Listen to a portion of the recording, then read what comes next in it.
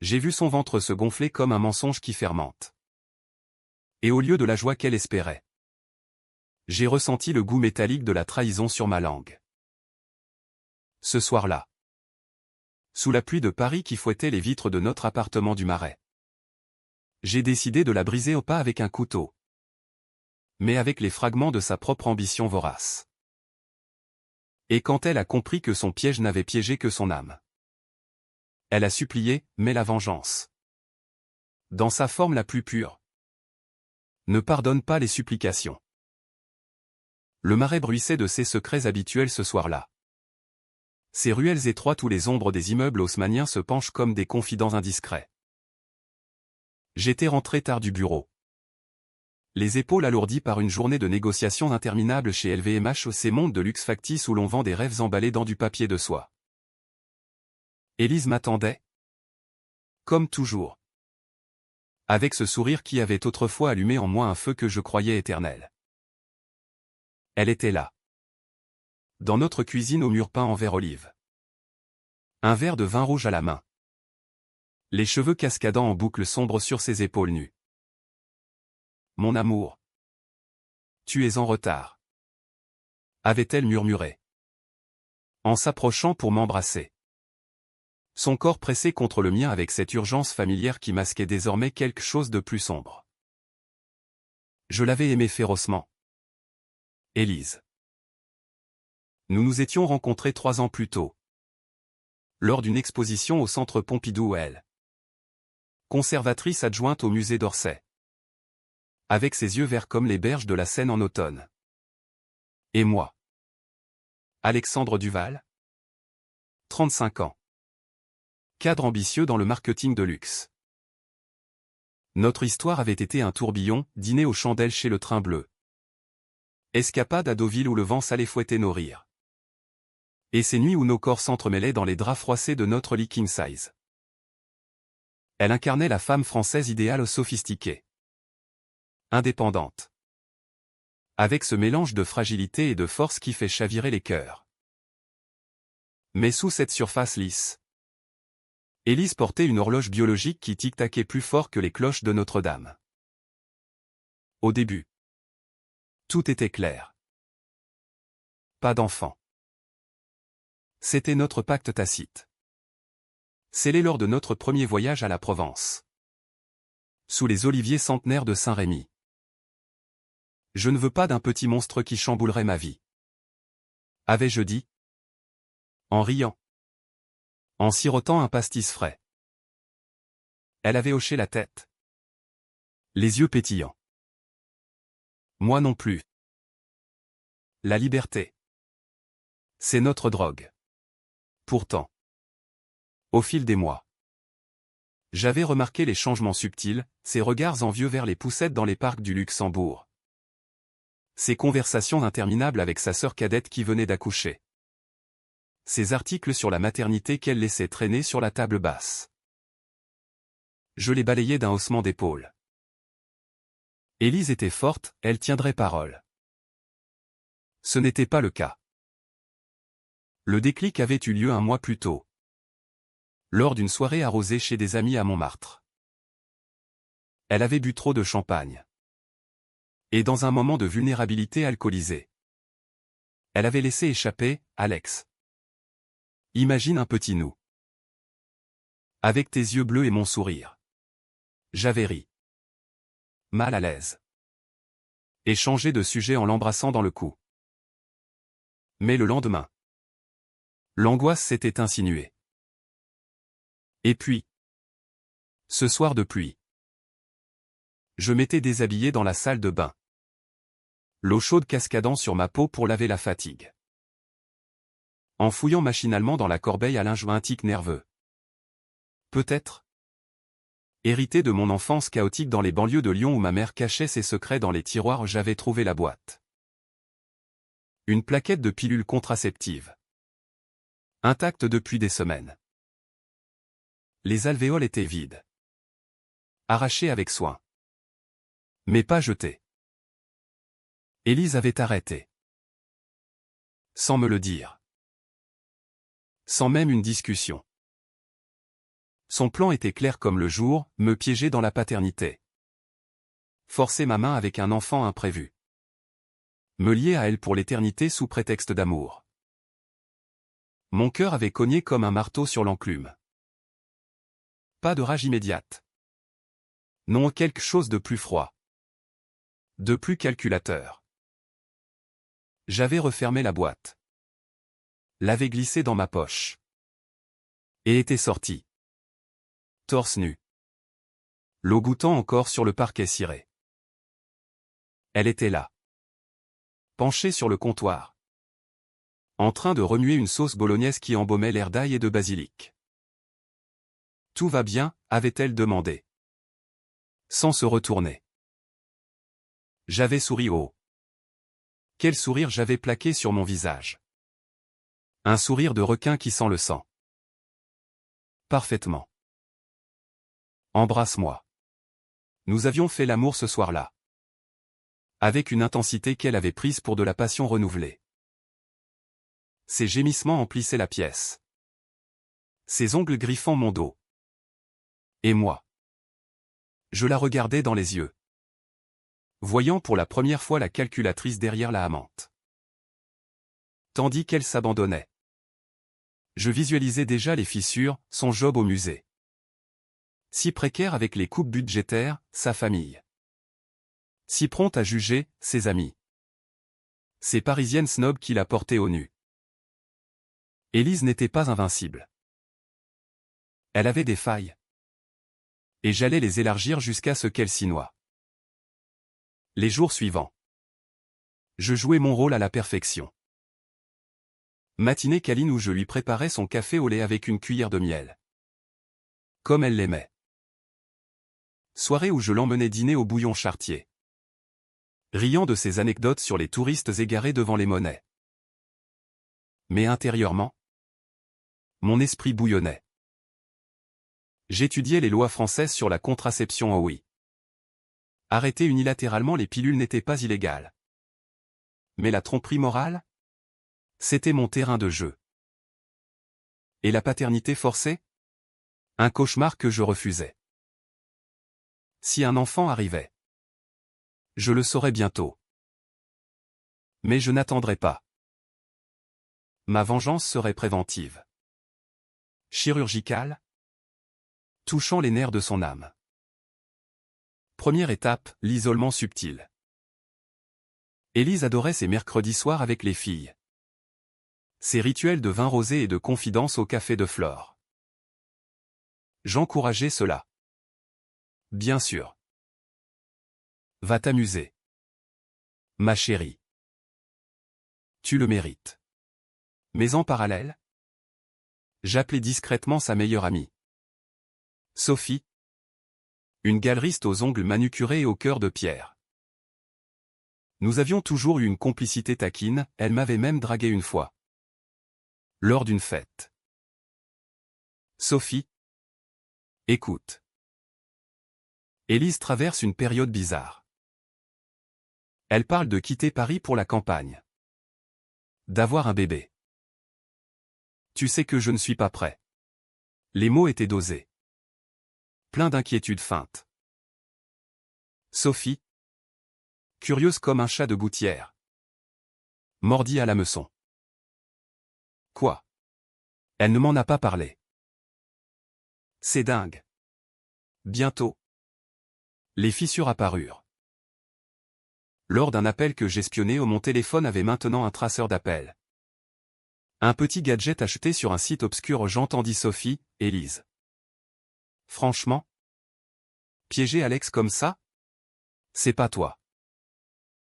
Réfléchis. Élise balbutia. Niant d'abord. Puis explosant en larmes. C'est pour nous. Sophie. Pour notre avenir. Mais le poison était injecté. Une à une. Ses amis prirent distance. Prétextant des agendas surchargés. Paris est une ville impitoyable pour les solitaires, Élise le sentait déjà. Comme un froid qui s'insinue sous la peau. Au musée. Je passais à l'étape suivante. Élise avait un projet en cours, une exposition temporaire sur les impressionnistes. Avec un prêt exceptionnel d'un tableau de Renoir de collection privée. C'était sa chance de promotion. Son ticket pour un poste stable. J'avais des contacts au. Combien? Chez Sotheby's. Chez Christie's. Et même un cousin éloigné qui siégeait au conseil d'administration de l'Orsay. Un email anonyme. Envoyé depuis un compte jetable, précaution sur l'authenticité du Renoir prêté par Madame Duval. Rumeur de faux. Pas de preuves. Juste assez pour alerter. Les experts débarquèrent. Les analyses infrarouges s'enchaînèrent. Le tableau était authentique. Bien sûr. Mais le doute avait semé le chaos. Le directeur. Un homme guindé aux lunettes rondes.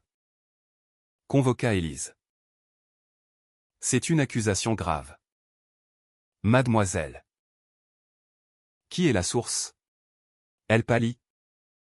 Bafouilla. La promotion? Reportée. Indéfiniment. Elle rentra ce soir-là. Les yeux rougis. Se jetant dans mes bras. Alex? C'est l'enfer au boulot. Quelqu'un me sabote. Je la serrai contre moi. Caressant ses cheveux. C'est absurde. Tu es la meilleure. On va s'en sortir. Intérieurement, je jubilais. La culpabilité? Elle viendrait plus tard. Pour l'instant. C'était la survie du prédateur. Mais Élise n'était pas dupe. 2 semaines plus tard. Son test de grossesse fut positif. Elle me l'annonça lors d'un pique-nique au jardin des Tuileries. Sous un soleil timide de printemps. Les statues de Louis XIV veillant sur nous comme des juges muets. Alex. Je suis enceinte. Ces mots étaient un mélange de triomphe et de peur. Ses mains tremblantes sur son ventre encore plat. Je feignis la stupeur. Puis l'émotion, larmes aux yeux. Étreinte passionnée. Un bébé? Notre bébé? Elle hocha la tête. Rayonnante. Mais dans ma tête, les engrenages tournaient plus vite. Son plan avait réussi. Mais le mien? Il ne faisait que commencer. La grossesse transforma Élise. Les nausées matinales la clouaient au lit. Ses courbes s'arrondissaient doucement. Et avec elle, une vulnérabilité nouvelle. Elle parla d'avenir, déménager en banlieue. Peut-être à Versailles pour les écoles. Je hochai la tête. Encourageant. Tout ce que tu veux. Ma love. En réalité, je consultai un avocat en secret à un vieil ami de la fac de droit à la Sorbonne. Annulation de paternité? Possible. Mais compliqué. Meilleure option, prouver la tromperie intentionnelle. Pas pour l'instant. Non. Ma revanche serait plus intime. Plus destructrice. J'infiltrai sa famille ensuite. Sa mère? Une veuve acariâtre de Toulouse qui visitait Paris une fois par mois. Était le maillon faible. Lors d'un appel Skype que j'initiais aux madames. Élise est si fatiguée. Venez la voir, je laissais traîner des indices. Elle a arrêté les pilules sans me dire. J'étais choqué. Mais maintenant. Avec le bébé. La mère? Catholique fervente. Explosa, quoi? C'est ingrate. Me piéger comme ça? Bientôt. Les reproches pleuvaient sur Élise, tu déshonores la famille. Un enfant hors consentement? Élise craqua au téléphone. Que j'écoutais depuis la pièce d'à côté. Maman? C'est de l'amour. Mais l'amour? Aux yeux de sa mère? N'excusez pas le mensonge. L'isolement s'épaissit. Ses amis disparus. Son job en péril. Sa famille hostile. Élise se replia sur moi. Son roc. Alex? Tu es le seul qui compte. Parfait.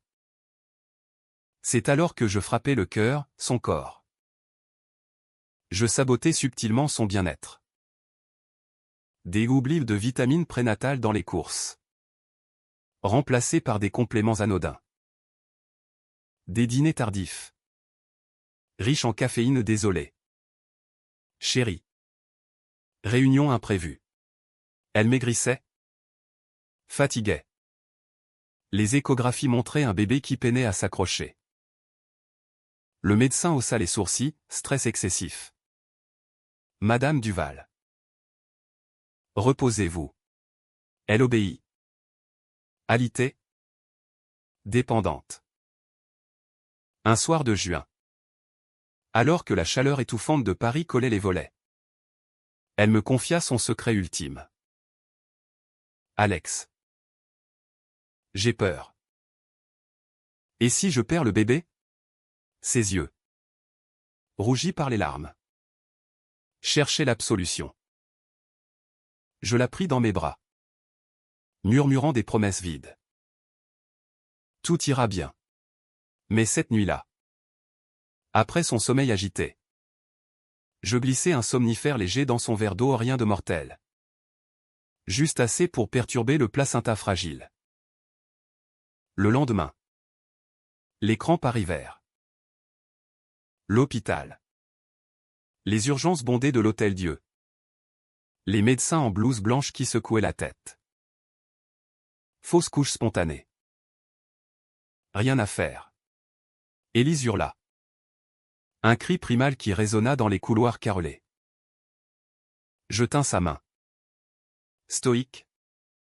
Le cœur serré par une culpabilité que je repoussais comme une vague.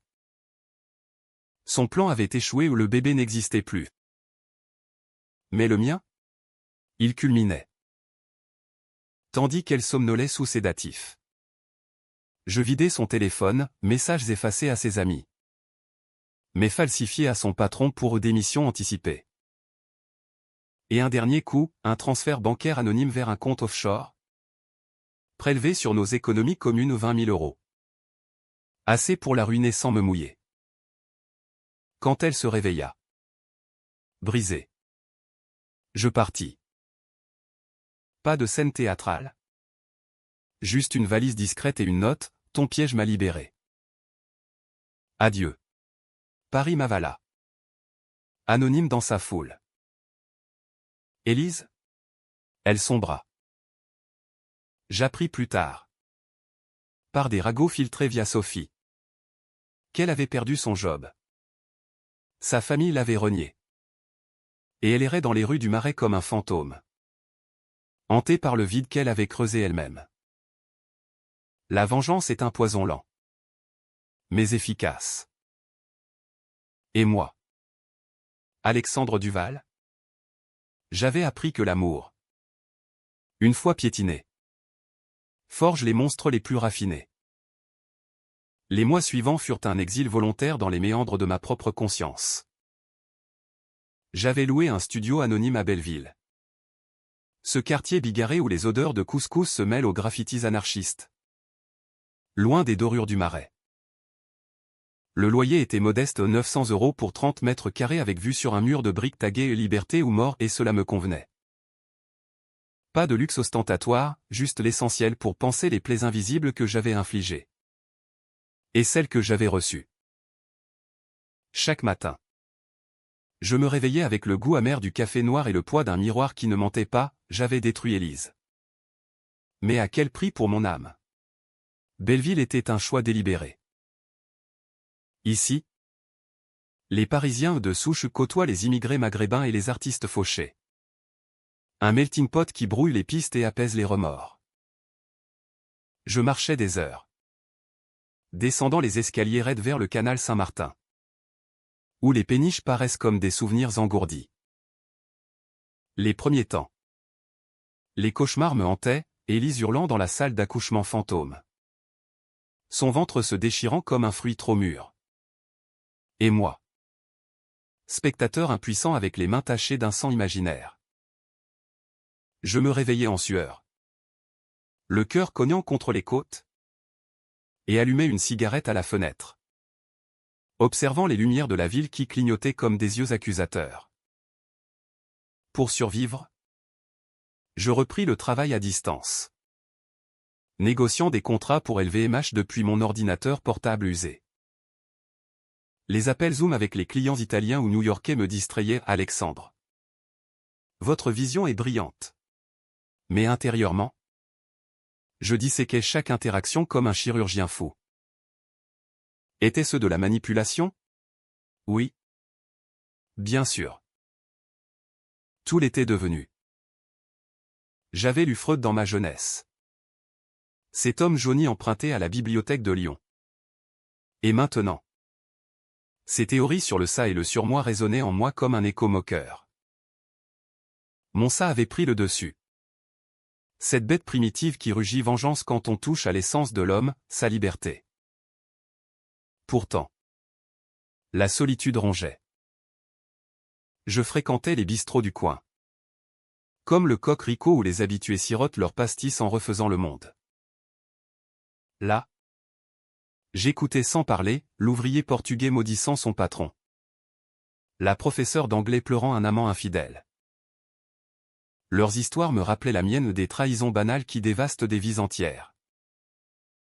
Un soir, un vieux Algérien nommé Karim, avec sa barbe poivre et sel et ses yeux plissés par les ans, s'assit à ma table.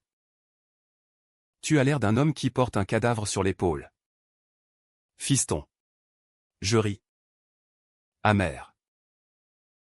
Peut-être que je l'ai enterré moi-même. Il hocha la tête, versa un trait de Ricard dans mon verre. La vie, c'est un marché, tu vends ton âme pour un peu de paix. Et tu regrettes toujours le prix.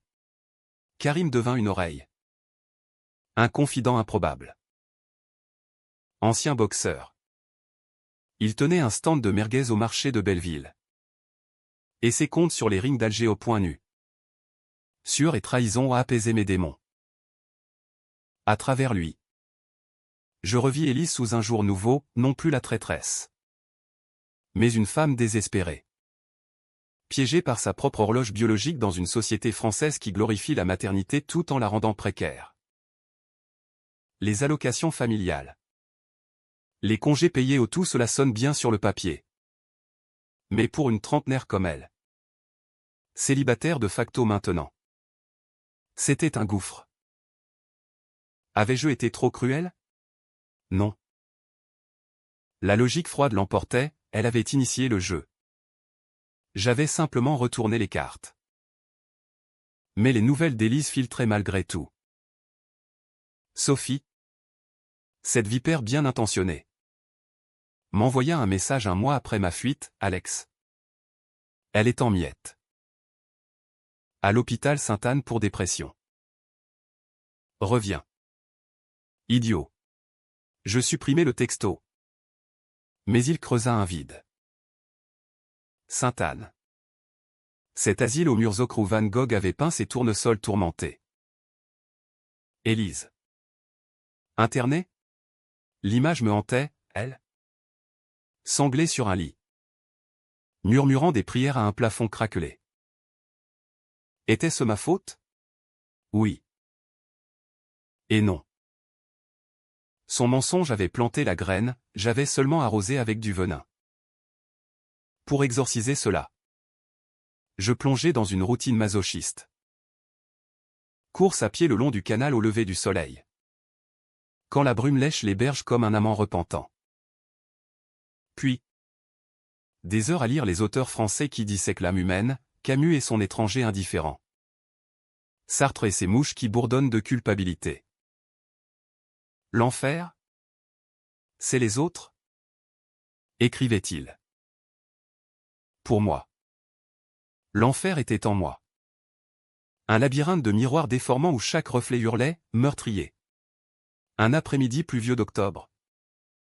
alors que les feuilles mortes colmataient les grilles du parc des Buttes-Chaumont.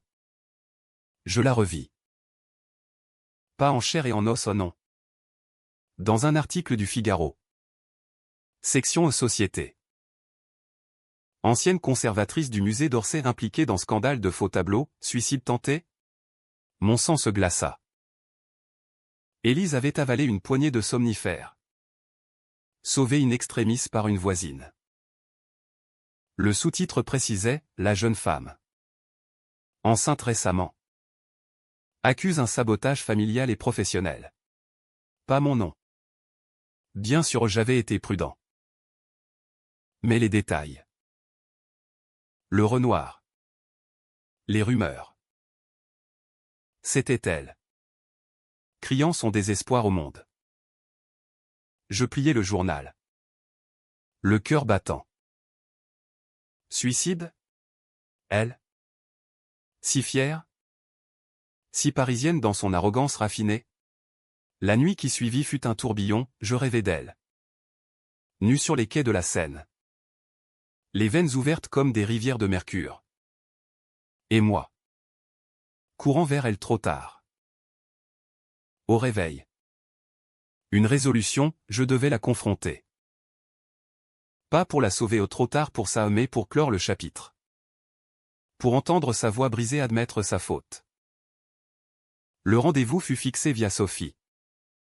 Qui céda après mes supplications feintes. Hôpital Percy. Elle psychiatrique. Elle accepte de te voir. Mais Alex. Prépare-toi. Elle n'est plus la même. Percy. À Garches. En banlieue ouest, un trajet interminable en RER. Ballotté parmi les banlieusards au visage las. L'hôpital était un bloc bétonné. Impersonnel. Avec des couloirs qui sentaient le désinfectant et le regret. Élise m'attendait dans une salle commune. Sous la surveillance d'une infirmière tatoueuse. Elle était amaigrie. Les joues creusées. Les cheveux ternes ramenés en un chignon négligé. Son regard, autrefois vert émeraude, était terne. Voilé par des antidépresseurs. Alex? Murmura-t-elle en me voyant. Sa voix un fil tendu. Je m'assis en face. Les mains croisées pour masquer leur tremblement. Élise. Comment vas-tu? Elle rit. Un son rauque. Cassé. Comment je vais? Tu as ruiné ma vie. Et tu demandes ça? Les mots fusèrent. Acides comme du vinaigre. Elle raconta tout, les nuits blanches hantées par le fantôme du bébé. Les appels ignorés de sa mère. Le renvoi du musée avec une lettre de recommandation noircie. J'ai voulu un enfant pour nous lier. Pour te garder. Parce que je te sentais glisser. Avec tes voyages d'affaires.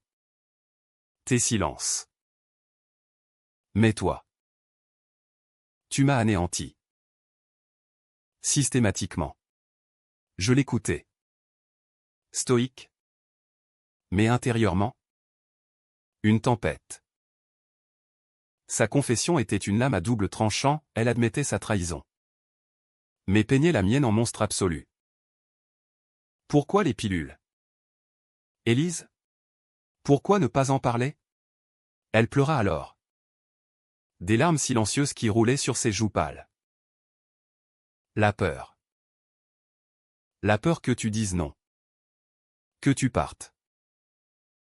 Et maintenant? Rien. Plus rien.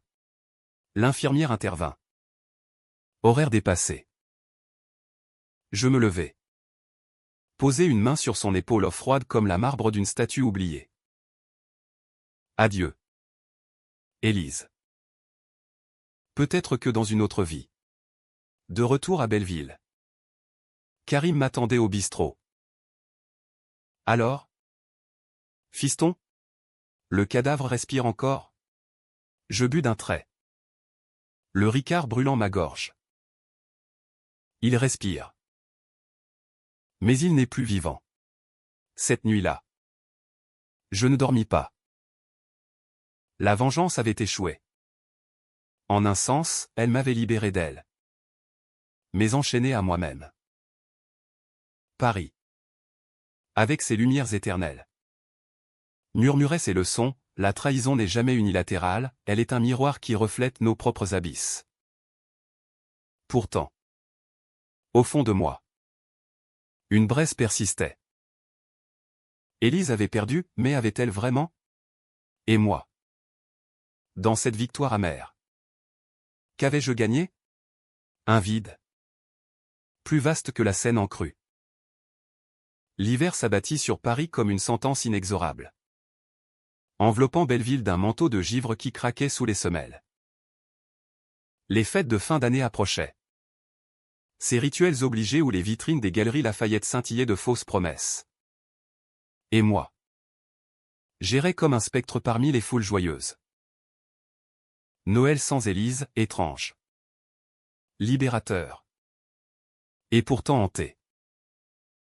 J'achetai un petit sapin synthétique chez Monoprix au Pathétique. Avec ses guirlandes clignotantes bon marché et passai la veillée seul. Un verre de Bordeaux à la main. Écoutant la radio qui diffusait de Petit Papa Noël en boucle. Les souvenirs affluaient, nos Noëls passés. Foie gras et champagne au pied de la tour Eiffel illuminée. Ses rires cristallins quand elle déballait mes cadeaux extravagants. Mais 2025 marqua un tournant. Mon job chez LVMH. Jadis un phare de stabilité, vacilla sous les vents de la crise économique. Les ventes de sacs Hermès chutaient. Les Chinois boycottaient le luxe français pour des raisons géopolitiques obscures. Et mon patron, un requin lyonnais comme moi, m'appela un matin gris de janvier. Alexandre, on restructure. Ton poste. C'est du temporaire maintenant. Freelance? À 35 ans, l'humiliation d'un rêve brisé. Je raccrochai, fixant le canal gelé depuis ma fenêtre. Et sentis le sol se dérober. Vengeance accomplie. Mais à quel coût? Élise ruinée. Et moi, à la dérive. Pour rebondir, je me lançai dans une reconversion instinctive, le consulting indépendant pour Startup Mode.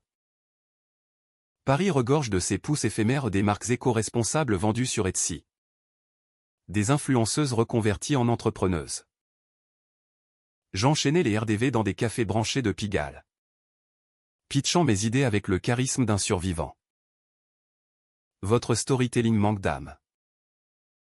Laissez-moi injecter du drame français et du Proust meets streetwear. Ça marchait? Parfois. Un contrat avec une marque de bijoux upcyclés me rapporta 5 000 €. Assez pour payer le loyer et un abonnement à la salle de sport du quartier, où je cognais sur un sac de frappe pour évacuer les ombres. C'est là, entre 2 sessions de musculation, que je rencontrai Léna. Elle était suédoise. Expatriée à Paris pour un master en design à l'ANSA. Avec des cheveux blonds coupés courts et un tatouage de runes sur l'avant-bras. Nous nous croisâmes au vestiaire où elle essuyant la sueur de son front.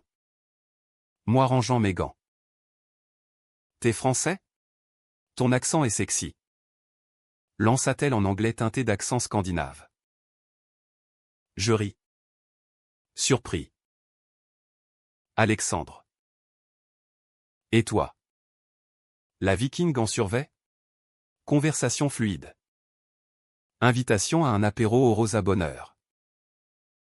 Léna était l'antithèse d'Élise, directe. Sans phare? Avec une philosophie minimaliste forgée par les fjords froids. Pas de jeu. Alex. La vie est trop courte pour les mensonges. Au début. C'était innocent, promenade le long du canal. Où elle me racontait Stockholm sous la neige. Et moi. Des bribes édulcorées de mon passé ou une rupture moche. Mais derrière moi. Elle ne creusait pas.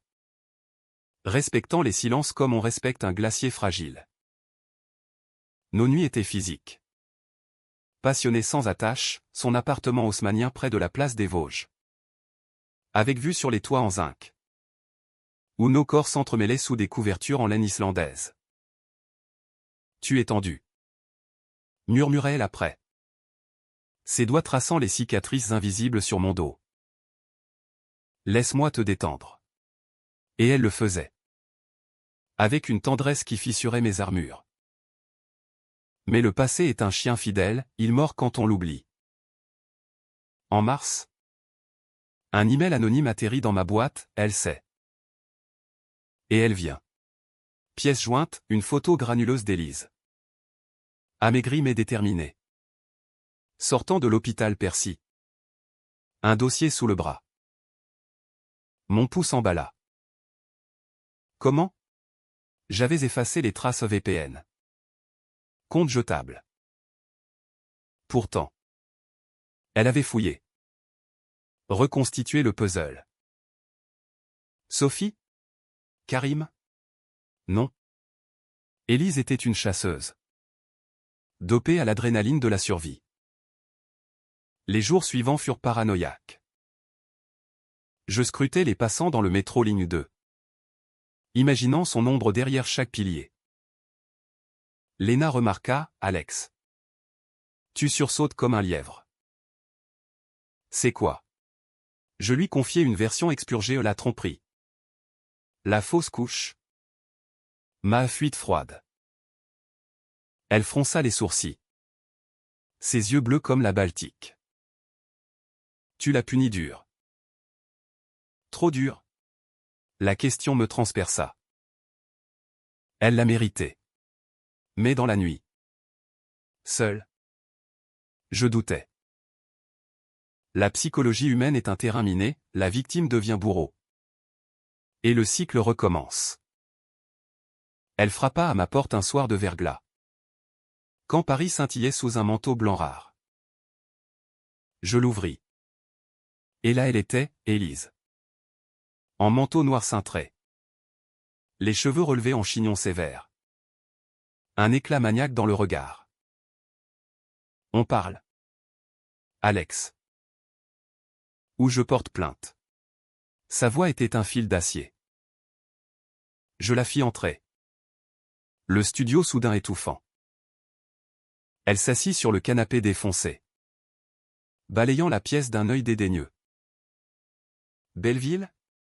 Vraiment? Tu as toujours visé plus haut. Les mots sortirent en torrent, son internement.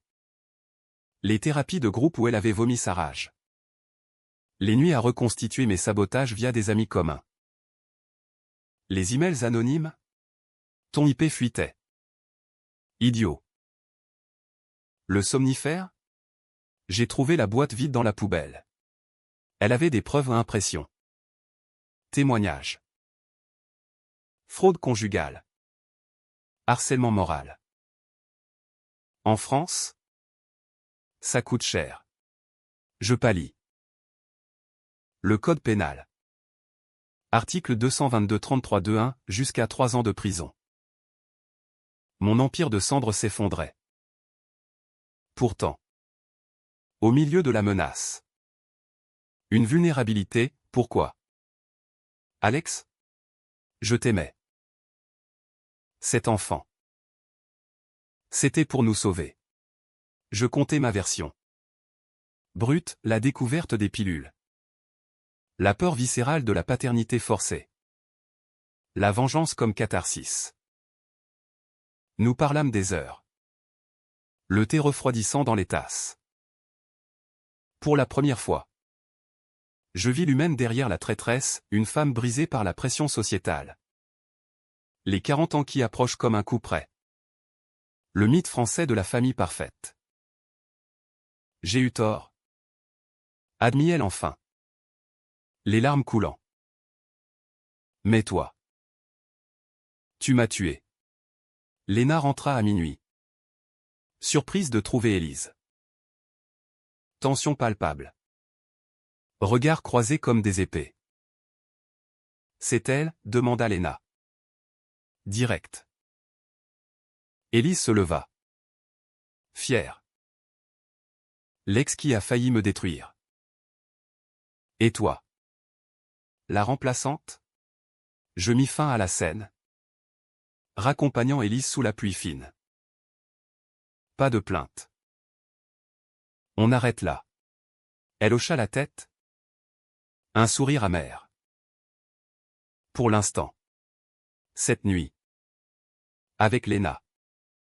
Fut un ouragan. Tu es toxique. Alex? Murmura-t-elle après. Son corps levé contre le mien. Mais je reste. Pour l'instant. Paris. Dehors. Grondait son indifférence. La vengeance n'avait pas échoué, elle avait muté. En une danse macabre où personne ne gagne. Le printemps 2025 éclata en Paris comme une revanche tardive. Les cerisiers du champ de Mars fleurissant en nuages roses contre un ciel azur impitoyable. J'avais négocié une trêve fragile avec Élise, pas de plainte en échange de 10 000 euros. Versés en plusieurs fois depuis mes maigres économies. Pour recommencer. Avait-elle dit.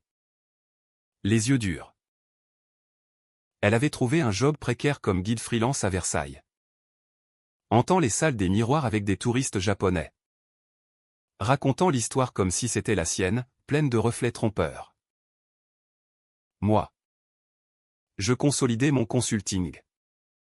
Signant avec une start-up de mode durable lancée par deux sœurs franco-marocaines. Alex? Ton œil pour le drame psychologique? C'est de l'or? Me dirait-elle lors d'un pitch au incubateur Station F. Léna devint encre et tempête. Nos week-ends étaient des bulles, escapades à Giverny. Où les nénuphars de monnaie flottaient comme des souvenirs apaisés. Ou dîners improvisés avec des messes chez un Libanais de Belleville.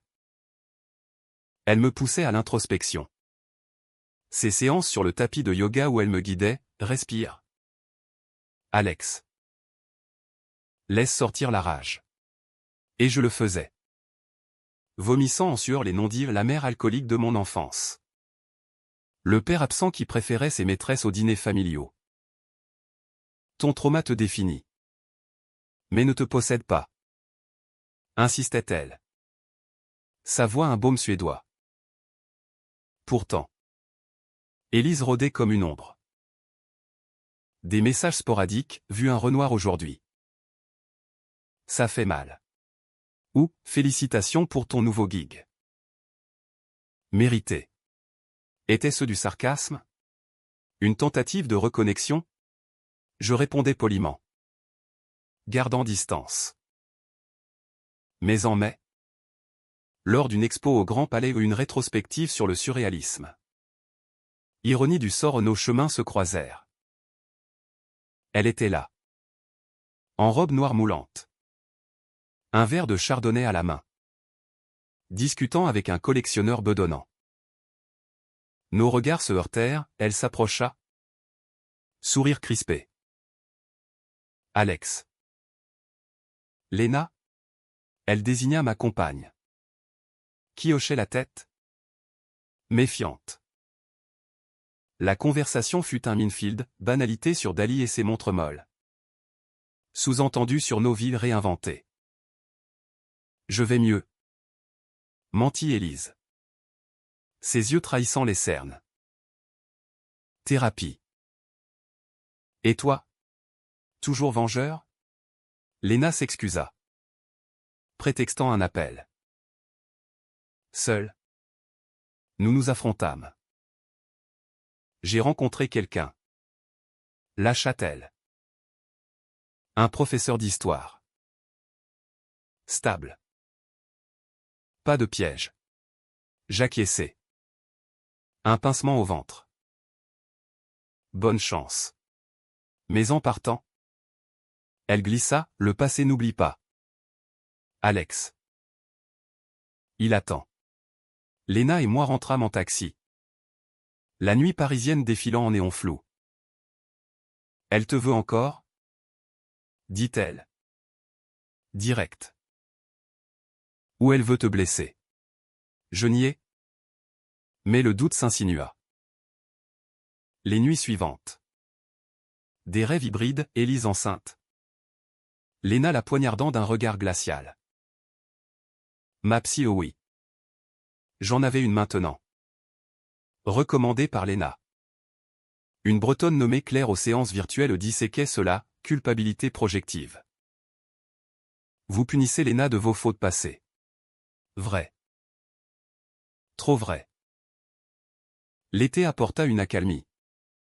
Ou une illusion. Vacances en Bretagne avec Léna, plage de galets à dinars. Crêpes au sarrasin arrosées de cidre brut. Imagine un futur ici, murmura-t-elle un soir. Pied dans le sable. Le vent salin emmêlant ses cheveux. Toi. Moi. Peut-être un chien. Pas d'enfant, nous avions pactisé. Comme avant. Mais l'idée d'un nous stable me terrifiait. Était-ce la liberté reconquise? Ou la peur de revivre le piège? De retour? Le coup près tomba. En août? Élise m'appela. Voix brisée, Alex. J'ai un cancer. Sein gauche. Stade 2. Silence assourdissant. Les mots ricochèrent, chimiothérapie imminente. Pronostic réservé. Pourquoi moi, demanda-t-elle. Un sanglot étouffé. La vengeance cosmique? Ou le hasard cruel de la vie française? Avec ses files d'attente à la PHP et ses mutuelles défaillantes? Je balbutiai, je viens te voir. Rendez-vous à l'Institut Curie. Cet hôpital rose pâle où les roses du jardin masquent l'odeur de maladie. Elle était chauve déjà. Perruque de travers. En peignoir d'hôpital. Ironie. 1. Le ventre qui ne porte plus. Et maintenant ça. Nous parlâmes des heures, regret. Absolution partielle. J'ai saboté ta vie. Tu as saboté la mienne. Équilibre? Dit-elle. Un sourire fantôme. Je lui offris de l'argent en le reste des 10 000 B des visites hebdomadaires. Léna accepta. Magnanime, c'est humain. Alex. Pas de la faiblesse. Mais la maladie d'Élise réveilla mes démons. Était-ce karma? Ma psy Claire opinait, la rédemption commence par l'empathie. Je l'accompagnai au chimio. Tenant sa main veineuse pendant les perfusions. Écoutant ses délires sous morphine, le bébé. Il me manque. Léna. De son côté. Fleurissait, exposition de ses designs à la FIAC. Où ses robes en lin recyclé attirèrent des acheteurs suédois. Viens avec moi à Stockholm. Proposa-t-elle en novembre. Alors que les feuilles mortes tapissaient les boulevards. J'hésitais. Paris était ma prison dorée, la Suède. Une fuite? Élise s'affaiblit. Noël 2025. Je le passai à son chevet. Dans un studio minuscule à Bastille qu'elle louait. Guirlande cheap. Bûche industrielle. Et elle? Pâle comme un Rembrandt inachevé. Merci d'être là. Murmura-t-elle. Pour la première fois. Je vis la femme. Pas la ennemie. Mais au nouvel an. La rechute, métastase au foie. C'est fini? Diagnostiqua le médecin. Un jeune interne aux yeux lasses. Sa mort fut discrète. En février. Sous un ciel de plomb. Funérailles à Père-Lachaise. Cercueil de chêne simple. Une poignée d'amis émus. Sophie pleura, moi. Je lus un poème de Baudelaire, La mort des amants d'une voix étranglée. Léna serra ma main, c'est clos. Était-ce? La vengeance avait échoué. Ou triomphé? Élise partit. Mais son fantôme en moi. Éternel. Le deuil d'Élise fut un lent dépouillement. Comme si Paris elle-même se vidait de ses couleurs. Les printemps suivants au 2026. Puis 2027 me virent terré dans une routine anesthésiée, consulting florissant avec une nouvelle agence. Duval Dynamics. Spécialisé en narratifs émotionnels pour marques de bien-être. Ironie, je vendais du drame positif à des clients qui ignoraient mon propre chaos intérieur. Léna et moi emménageâmes dans un loft à Oberkampf.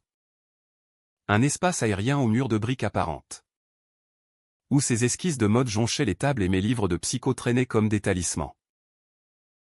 Notre relation mûrit en terrain fertile. Mais piégée. Pas d'enfant, toujours ce mur invisible, mais des projets, un voyage en Islande.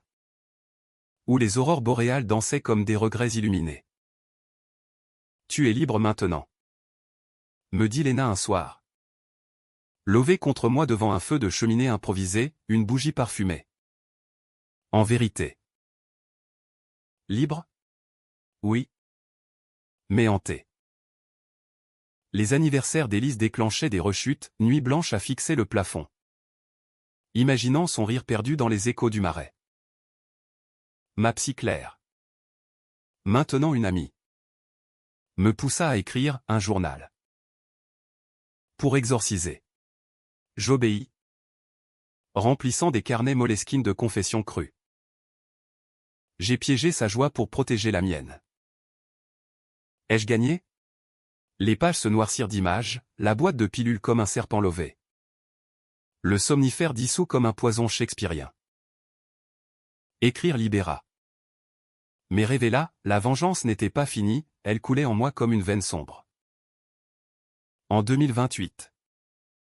Une opportunité surgit, un poste de directeur créatif chez une maison de couture émergente. Éclat urbain.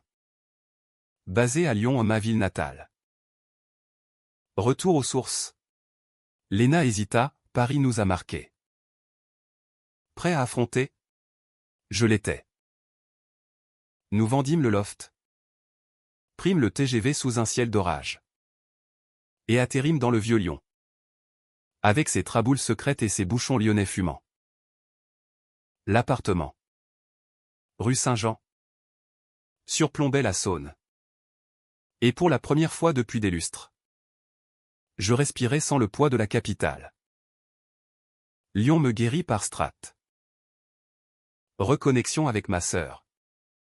Claire, l'autre. Pas la psy. Qui élevait ses deux gosses dans une maison de la Croix-Rousse. T'as l'air apaisé. Frangin. Dit-elle lors d'un dimanche familial. Tablier taché de sauce. Ses enfants, un garçon turbulent de 5 ans. Une fille curieuse de 3 me firent craquer mes défenses. Pas de paternité pour moi. Mais un oncle bienveillant. Jouant au Lego sous les combles. Léna s'épanouit, atelier partagé avec des designers locaux. Où elle lança une ligne nordique héritage inspiré de ses racines. Pourtant. Le passé ressurgit via un canal inattendu, un podcast. En fouillant Spotify pour des trucs sur la résilience. Je tombais sur Traîtrise intime. Une série française animée par une journaliste. Margot Lefebvre. Épisode 7, le piège de la maternité au témoignage d'une survivante. La voix d'Élise. Archivée. Narrant son histoire anonymisée. Mais reconnaissable à ses intonations. Il m'a détruite parce que j'ai osé rêver d'un enfant. Vengeance froide. Calculée. Mon sang se figea. Elle avait enregistré avant sa mort. Pour un livre inachevé peut-être. Margot décrivait le phénomène Duval non. Pas mon nom. Mais des cas similaires. Avec des stats glaçantes, 15% des ruptures en France impliquent manipulation reproductive. Je contactai Margot. Anonyme d'abord. RDV dans un café lyonnais. Traboule secrète. Elle était vive. Quarantenaire aux cheveux courts. Tatouage résiste sur le poignet. Votre histoire? Elle m'obsède. Élise Duval. Une amie m'a mise sur la piste. Je confessais tout. Voix tremblante. Pas pour l'absolution. Mais pour la vérité. Margot enregistra un témoignage masculin rare. La peur de la paternité forcée. L'épisode sorti en automne. Anonyme mais impactant. Réaction en cascade, forum Reddit français en feu, les mecs victimes aussi.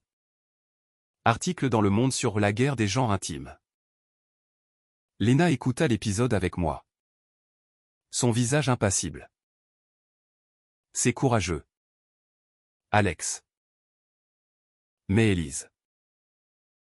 Elle méritait une voix. Dispute explosive, tu la canonises, hurle je. Elle m'a piégé. Léna riposta, et toi? Tu l'as tuée. Silence pesant. Valise prête le lendemain. J'ai besoin d'espace. Dit-elle. Larmes aux yeux. Stockholm l'appelait, moi. Lyon me retenait.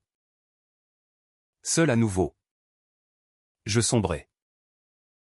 Night de whisky pur malt. Courses effrénées dans les pentes de la colline Fourvière. Basilic au sommet comme un phare moqueur. Claire. Ma sœur. Intervint, thérapie de couple? Non. Solo d'abord. Retour chez la psy parisienne. Maintenant en visio depuis Lyon. Vous recyclez les traumas. Alex. Briser le cycle. Écrire de 20 publications, un blog anonyme. Vengeance oubliée. Où je disséquais la psychologie du chasseur chassé. Lecteurs affluèrent hommes paumés. Femmes blessées au partageant leurs abysses. En 2029.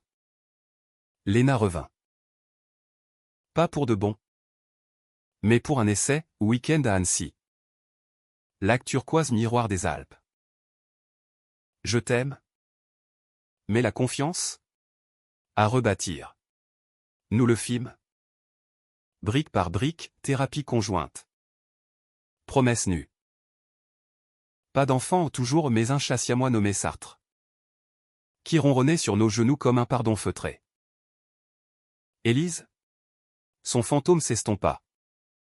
Remplacé par une leçon gravée, la revanche est un feu qui consume le vengeur. Paris. Lointaine. Bruissait encore, mais Lyon. Avec ses lumières tamisées. M'offrait une seconde chance. Libre. Enfin. D'aimer s'enchaîne. 2030 marqua l'apogée. Ou l'absolution. Éclat urbain explosa, défilé à la Biennale de Lyon. Où mes campagnes narratives inspirées de mes démons intimes captivèrent la presse. Duval? Le maître du drame quotidien. Titre Vogue France. Léna lança sa propre marque. Nordly. Fusion scandinave française. Avec une boutique rue des Maréchaux. Nous étions un duo improbable mais solide, elle. La nordique pragmatique, moi. Le méditerranéen tourmenté. Mariage? Pas encore liberté d'abord. Rions-nous lors de dîner chez ma sœur. Toast au Beaujolais nouveau. Mais le passé. Ce bâtard tenace. Frappa une dernière fois. Un matin de juin. Enveloppé dans la brume saunoise. Un courrier certifié, legs d'Élise. Sa sœur. Contacté via le podcast. M'envoyait une boîte. Dedans, la plaquette de pilules vide. Jaunie, un journal intime. Page froissée, et une lettre. Alex? Si tu lis ça. Je suis parti. Pas de haine, juste compréhension. J'ai piégé ton futur, tu as piégé mon présent. Équilibre cosmique. Vie pour nous deux. Élise. Les mots me terrassèrent. Journal en main. Je lus ses confessions, doute sur notre couple. Pression des amies enceintes. Peur viscérale des 40 ans solitaires. J'ai arrêté les pilules un soir de doute. Espérant un miracle. Au lieu d'un bébé. J'ai eu un monstre en toi. Larmes coulèrent pas de remords purs. Mais catharsis. Je brûlais le journal dans le jardin de Claire. Flammes dansant comme des esprits apaisés. Et gardez la plaquette comme relique. Ferme le chapitre. Conseilla Léna. Lors d'une balade aux confluences. Où la Saône et le Rhône se marient en tourbillon. Ce legs déclencha une vague, dont anonyme à une asso pour victime de manipulations intimes. Liberté choisie. Mon blog devint livre, le piège retourné aux chroniques d'une vengeance. Préfacé par Margot Lefebvre. Lancement à la librairie des Maréchaux. Full compact. Applaudissements timides. Question fusée, regrettez-vous?